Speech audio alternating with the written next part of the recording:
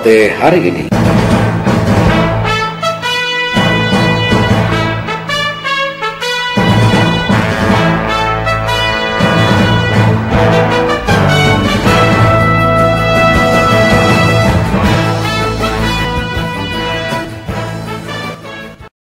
Selamat pagi pendengar, Anda mengikuti rangkaian informasi yang terangkum dalam Rote hari ini, edisi Kamis 23 April 2020 dari Rote, Kupang, Ende, dan Atambua. Ada beberapa informasi yang menjadi rangkuman Rote hari ini di antaranya.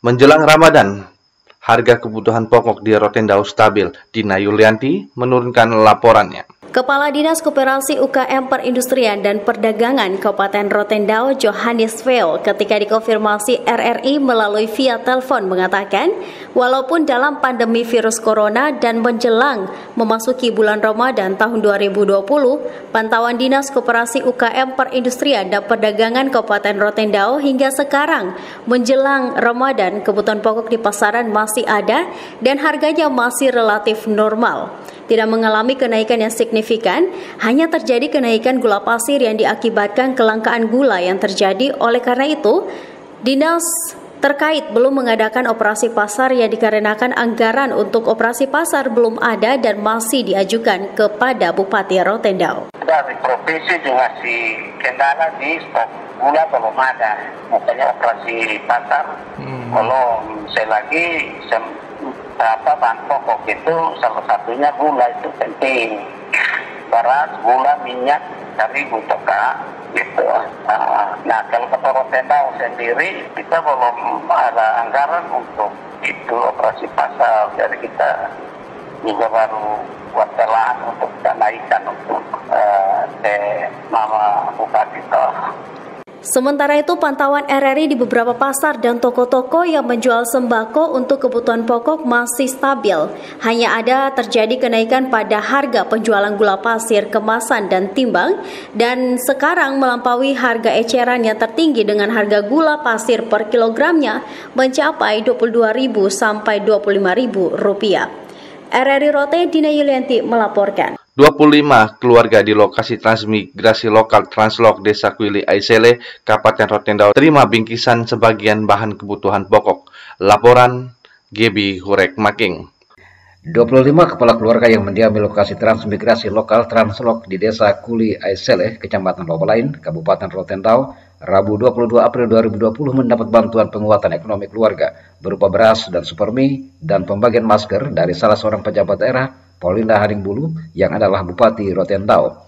Pauline Haningbulu di sela penyerahan bantuan di lokasi Translok Desa Kuli Aisele kepada wartawan mengatakan saat ini dunia dilanda penyakit COVID-19 yang berdampak pada ekonomi warga, terutama masyarakat penghuni Translok yang jauh dari komunitas umum dengan keterbatasan ekonomi. Pauline Haningbulu tegaskan sebelum pemerintah memberikan bantuan sesuai ketentuan yang berlaku, dirinya secara pribadi berbagi kasih bagi masyarakat di lokasi Translok. Artinya ini satu kejadian luar biasa, tetapi dalam waktu saat ini kan pemerintah belum ada tindakan karena namanya penanganan COVID, tentunya uangnya uang negara, tentunya ada prosedur. Tetapi karena dengan hati yang penuh ikhlas, saya hanya datang di sini dengan membawa ala kadarnya untuk membantu masyarakat yang ada di Translok Kuli Aisele. Karena kita semua tahu bahwa masyarakat yang ada di Translok itu memang kehidupannya sangat minim sekali. Biar saya walaupun hanya pemberian sekedar, tetapi itulah kepedulian kasih daripada kami. Menjawab wartawan terkait bantuan serupa bagi penghuni lokasi Translok di beberapa lokasi lain, ditegaskan Pauline Haningbulu, pihaknya telah meminta para camat dan kepala desa serta masyarakat untuk mendata warga penghuni Translok lain agar segera pula dibantu. Terkait bantuan sosial dari pemerintah Kabupaten Rotendao, selaku Bupati Rotendao, ditegaskan Pauline Haningbulu masih dalam proses.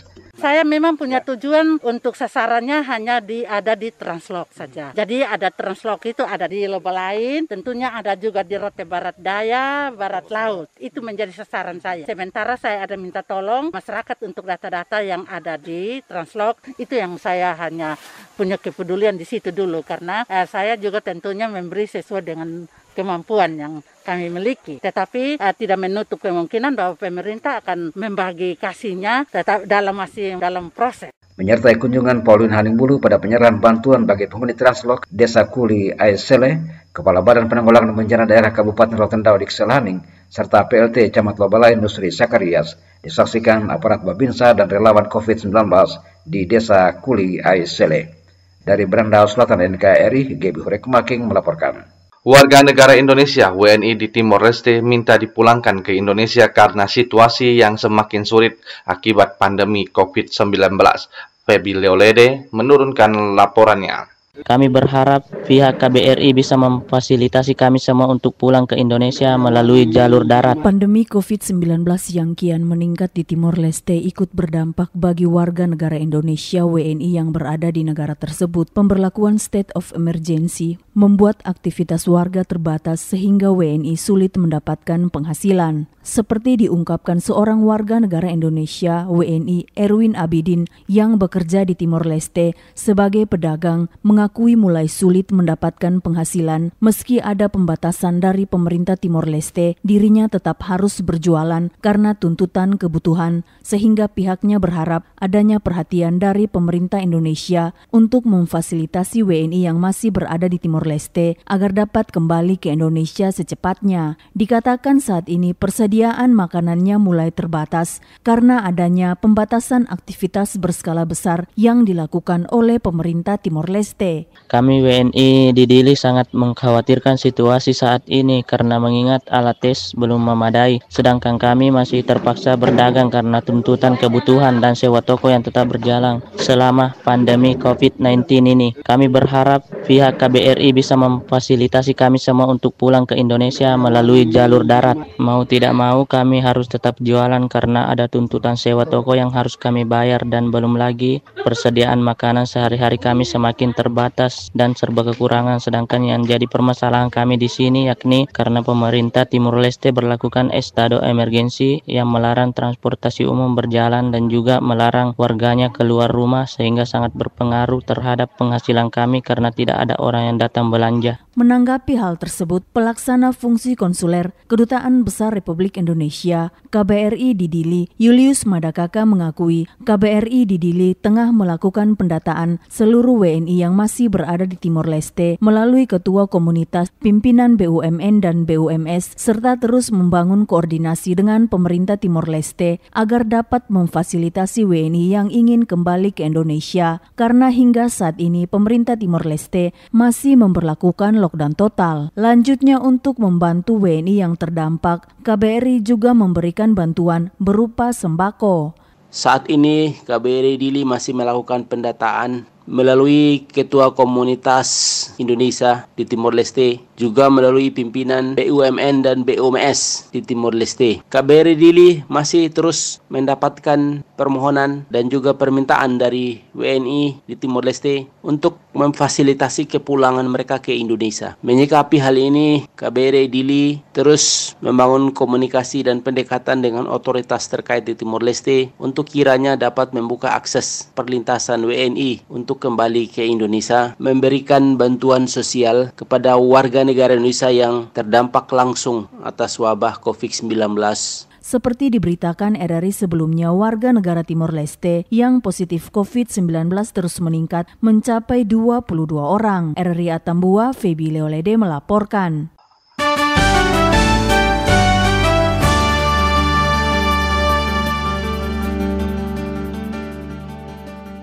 Pemerintah Kelurahan Paupire, Kecamatan Ende Tengah, melakukan penyemprotan disinfektan di seluruh wilayah kelurahan.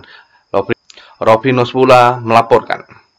Pemerintah Kelurahan Paupire, Kecamatan Ende Tengah, Rabu 23 April 2020 secara serentak melaksanakan kegiatan penyemprotan disinfektan di seluruh wilayah Kelurahan Paupire. Sebelum melakukan kegiatan penyemprotan disinfektan, semua petugas utusan masing-masing RT mengikuti kegiatan apel siaga bersama dipimpin Camat Ende Tengah Emmanuel Taji Esa. Turut hadir dalam kegiatan apel siaga anggota DPRD Ende dan Ramil 160201 Ende, Kapolsek Ende, Kepala Puskesmas, Sekretaris Lurah Paupire, Ketua LPM, serta Ketua RT RW sewilayah Kelurahan Paupire. Camat Ende Tengah Emmanuel Taji dalam arahan mengatakan virus corona adalah wabah yang sudah mendunia, sementara di Indonesia pemerintah pusat sudah menyatakan darurat persiapan karena dari 34 provinsi di Indonesia sudah masuk dalam zona merah termasuk Provinsi Nusa Tenggara Timur, walaupun di Ende sampai saat ini belum ada yang positif, tetapi upaya pencegahan tetap dilakukan. Camat Ende Tengah menjelaskan penyemprotan disinfektan yang dilakukan secara serentak di seluruh wilayah kelurahan dengan tujuan untuk mencegah sekaligus memutus mata rantai penyebaran virus corona. Penyakit atau virus corona ini adalah wabah dunia dan saat ini di Indonesia Presiden sudah mencanangkan ini adalah darurat kesehatan. Dari ke-34 provinsi kita semua sudah masuk zona merah termasuk NTT. Di Ende kita ketahui sudah melalui berita, media sosial dan lain sebagainya, sampai saat ini belum ada yang positif. Tapi upaya pencegahan itu yang penting. Selain itu yang terpenting kita menjaga kesehatan keluarga kita. Sampaikan juga, informasikan ke masyarakat untuk memutus mata rantai penyebaran COVID ini. Himbaukan kepada keluarga yang ada di luar, terutama daerah-daerah yang terinfeksi virus ini, jangan dulu pulang. Bukan kita tidak sayang mereka, dia pulang berarti kalau dia sehat syukur. Tapi kalau dia infeksi atau terkena virus corona ini, maka keluarga juga akan mendapat bencana. Selain itu, Camat Ende Tengah menghimbau kepada seluruh masyarakat di wilayah Kelurahan Paupire, jika ada keluarga atau anaknya yang saat ini berada di daerah terpapar, diminta untuk sementara jangan pulang. Kita harus saling menjaga karena virus corona sangat berbahaya. Jika ada keluarga yang datang dalam kondisi tidak sehat, apalagi terinfeksi virus, sudah tentu akan menyebar kepada orang, keluarga, bahkan warga di sekitar. Sementara Lurah Paupire Christoforus Nggala mengatakan penyemprotan disinfektan merupakan bukti keseriusan pemerintah tingkat kelurahan dalam memerangi penyebaran virus corona. Selain itu, apa yang pemerintah kelurahan lakukan saat ini juga merupakan stimulus atau rangsangan kepada masyarakat dengan harapan masyarakat proaktif melakukan langkah-langkah pencegahan. Jelas Chris Nggala. Penyemprotan disinfektan secara serentak ya dalam wilayah Kelurahan Paupire ini kan bagian dari langkah preventif berkaitan dengan upaya kita untuk mencegah dan memutus mata rantai penyebaran COVID-19 khususnya di wilayah Kelurahan Paupire. Selain upaya preventif ini, ada kegiatan-kegiatan lain juga yang sesuai dengan protokol kesehatan yang kita lakukan selama ini, menghimbau masyarakat untuk mengikuti protokol kesehatan yang sudah ditetapkan baik oleh WHO maupun oleh pemerintah pusat dengan menggunakan masker, mengatur jarak, social distancing. Tapi ada kegiatan lain juga yang kita lakukan itu dari aspek pengawasan dengan migrasi penduduk yang besar-besaran. Tadi disampaikan oleh Pak Camat bahwa Ende Tengah ini merupakan PPDP terbanyak ya, sampai dengan posisi kemarin ya. Ende Tengah menempati urutan pertama. Tentunya Paupire sudah dengan hampir hari ini sudah dengan 100 lebih PPDP. Lurah Paupire menambahkan penyemprotan disinfektan hari ini merupakan kegiatan kali kedua di Kelurahan Paupire, setelah sebelumnya pernah dilakukan pada bulan Maret 2020. Lanjut Lurah Paupire, penyemprotan hari ini berbeda dengan yang sebelumnya karena penyemprotan hanya dilakukan oleh beberapa petugas secara masif melibatkan seluruh RT di wilayah kelurahan. Penyemprotan disinfektan merupakan salah satu langkah pencegahan. Langkah-langkah lain juga terus digalakan seperti pemantauan para pelaku perjalanan, PPDP, dan memastikan penutupan tempat usaha pada malam hari. Selain itu, Lurah Paupire mengingatkan para RT untuk terlibat aktif melakukan pemantauan kepada pelaku perjalanan dalam pemantauan di RT-nya masing-masing. RRI Ender Finus pula melaporkan. Dinas Kelautan dan Perikanan NTT relokasi anggaran sekitar 13 miliar rupiah untuk kepentingan penanganan penyebaran virus corona. Informasi berikut dilaporkan oleh Simon Sostenes. Kepala Dinas Kelautan dan Perikanan Nusa Tenggara Timur Gane Virgianto mengakui alokasi anggaran Dinas Kelautan dan Perikanan Nusa Tenggara Timur mengalami pemotongan anggaran yang cukup besar. Sesuai kebijakan pemerintah pusat terkait penanganan penyebaran virus corona, dinas yang dipimpinnya telah melakukan pemotongan anggaran sekitar 13 miliar rupiah. Pemotongan tersebut dilakukan terhadap program-program seperti paket meeting, perjalanan dinas, dan belanja modal. Kita melakukan pemotongan anggaran itu ya cukup besar di perikanan, sekitar sekitar 13M yang pemotongan ada di kita, yang terdiri dari pertemuan-pertemuan, paket meeting, perjalanan, belanja-belanja modal maupun belanja-belanja bahan yang itu tidak ada hubungannya dengan COVID, itu semua di-pending semua. Menurut Ganef, program dan kegiatan di Dinas Kelautan dan Perikanan Nusa Tenggara Timur yang tidak mengalami pemotongan yaitu program-program bantuan langsung kepada masyarakat petani nelayan. Yang masih tetap itu yang berupa bantuan yang diberikan kepada masyarakat seperti rumput laut, kapal, itu yang masih tetap, sama kulpok yang diberikan kepada masyarakat. Nah, untuk pemberdayaan ekonomi itu masih tetap jalan. Berikutnya kita menganggarkan kembali untuk 6 lokasi pemberdayaan masyarakat. Kepala Dinas Kelautan dan Perikanan Nusa Tenggara Timur Ganef Firgianto menjelaskan untuk 6 program pemberdayaan yang dianggarkan ulang yaitu antara lain untuk lokasi di Wai Kelambu, Riungada, Mulut Seribu Rotendao, dan Reknamo Kabupaten Kupang. Eri Kupang, Simon Sostenes melaporkan.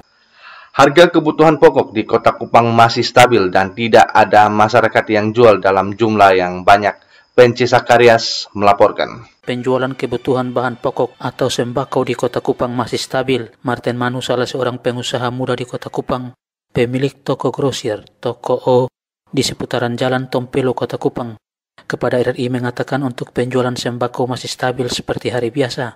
Tidak ada peningkatan pembelian yang membeli sembako dalam jumlah yang banyak. Menurut Martin Manu, memang ada sejumlah kebutuhan pokok yang mengalami kenaikan harga, seperti gula pasir dan telur. Namun kenaikan tersebut tidak terkait adanya isu virus corona, namun kenaikan harga yang terjadi di pasaran seperti hari-hari biasa.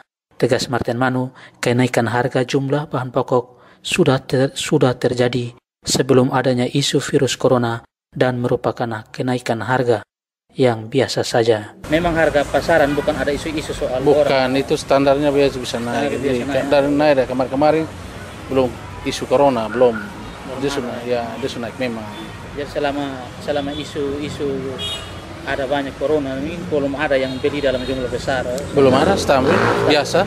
Beras itu penjualan sama ke biasa 40-100 karung dalam 1 bulan ya biasa stabil lebih itu. Sedangkan terkait penjualan masker, menurut Martin Manu, penjualan masker dalam beberapa minggu terakhir di Kota Kupang, dalam 1 hari, 1 box masker bisa habis terjual. Kalau dulu masker biasa dijual dengan harga 1.000 atau 1.500 rupiah, saat ini mengalami kenaikan antara 4.000 sampai 5.000 rupiah. Masker jual. Tapi masker itu memang dia naik luar biasa. Betahnya jual 1 box itu juga habis karena orang dulu kan kita jual 1.000 1.500 satu itu kecil ya. Tapi sekarang sudah 4.000 ya, karena dulu itu terbeli belum naik, mulai isu corona itu yang memang dia naik. Sementara itu terpisah Wakil Gubernur Nusa Tenggara Timur Joseph Naisoi ketika dikonfirmasi RRI meminta masyarakat Nusa Tenggara Timur tidak usah khawatir terkait adanya isu virus corona atau COVID-19 karena pemerintah Provinsi Nusa Tenggara Timur menjamin kesehatan masyarakat dengan menyediakan sejumlah fasilitas di rumah sakit di Nusa Tenggara Timur yang dapat menghandle pemeriksaan virus corona atau COVID-19 di Nusa Tenggara Timur.